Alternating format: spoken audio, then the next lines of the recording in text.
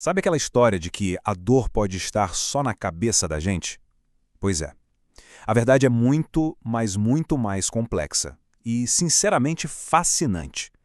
Hoje, a gente vai mergulhar fundo nessa conexão poderosa entre a mente e o corpo e descobrir como emoções tipo medo podem literalmente fazer a gente sentir dor física de verdade.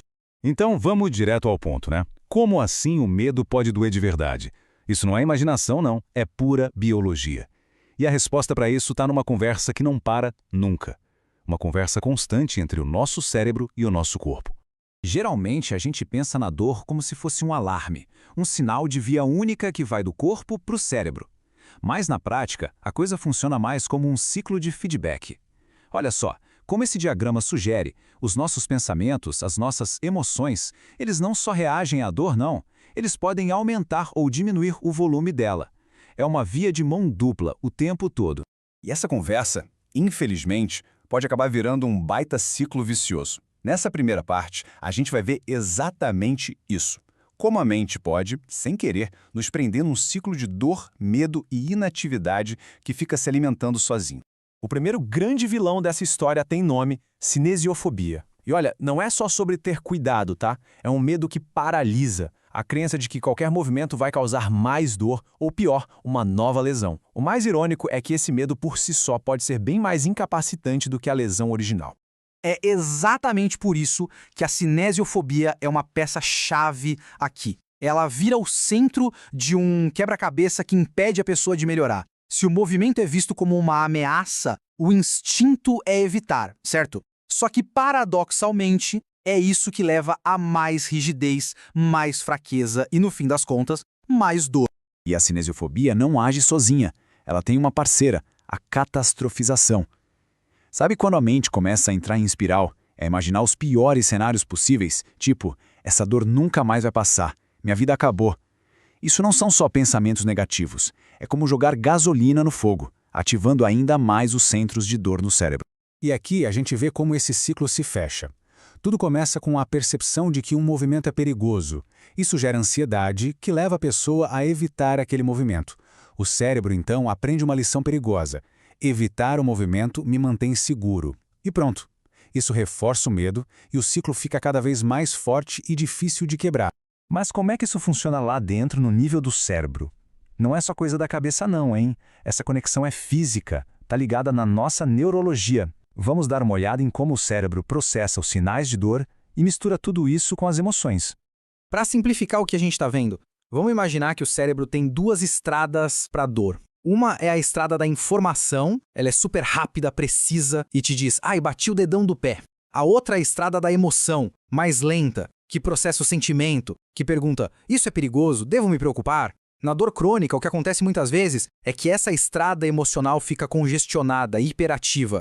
E aí entra uma parte crucial, a formação reticular. Pensa nela como se fosse o botão de volume da dor no cérebro. Quando a gente está com medo, ansioso ou super focado na dor, a formação reticular vai lá e aumenta o volume. Ela grita para o cérebro inteiro: ei, presta atenção aqui, isso é importante. E essa amplificação, claro, intensifica a experiência da dor. E o ponto de encontro de tudo isso? É uma área chamada córtex insular. Imagina que é ali que a sensação física bruta encontra a emoção. É nesse lugar que uma simples picada de agulha deixa de ser só uma sensação e se transforma num evento perigoso e ameaçador. Agora, para entender de verdade como quebrar esse ciclo da dor, algumas teorias sugerem que a gente precisa dar um passo para trás. Olhar para como o nosso corpo se organiza num nível mais fundamental. Como se ele seguisse um tipo de projeto invisível. E essa ideia não é de hoje, não. Lá em 1917, Darcy Wentworth Thompson já falava que a biologia segue princípios de organização, leis internas. A ideia principal é que existem forças, sabe? Forças que estão por baixo de tudo, moldando a nossa forma e a nossa função. A melhor analogia para entender isso é a da malha de ferro perto de um ímã. Elas se alinham sozinhas perfeitamente, revelando um campo de força que a gente não consegue ver. A teoria aqui é que os nossos corpos também se organizam por campos parecidos, bioeletromagnéticos, que guiam nossa estrutura. Uma bagunça nesses campos, seja por uma lesão ou por estresse, poderia criar essa desorganização que a gente sente como dor. Ok, entender tudo isso é muito legal, mas a parte mais importante é como a gente usa esse conhecimento para ficar melhor. Se a mente consegue criar um ciclo vicioso, ela também tem o poder de criar um ciclo virtuoso de cura. Então vamos ver como quebrar esse padrão. Bom, existem várias estratégias que olham tanto para a mente quanto para o corpo. A educação em neurociência da dor, por exemplo, ajuda a entender o que de fato é a dor. A terapia de exposição ajuda a encarar os movimentos temidos aos pouquinhos. A TCC muda os padrões de pensamento catastróficos. E, claro, as terapias manuais e de movimento ajudam a restaurar a função física. É um trabalho em conjunto. Uma abordagem que funciona geralmente envolve uma avaliação bem cuidadosa. Em vez de olhar só para o ponto que dói, testes como esse que a gente vê buscam entender a tensão e a organização do corpo como um todo, para achar a verdadeira raiz do problema dentro do sistema inteiro. No fim das contas, o objetivo de todas essas abordagens é o mesmo. É um processo de reeducação. É basicamente mostrar para o cérebro, com calma e segurança, que o movimento não é mais o inimigo.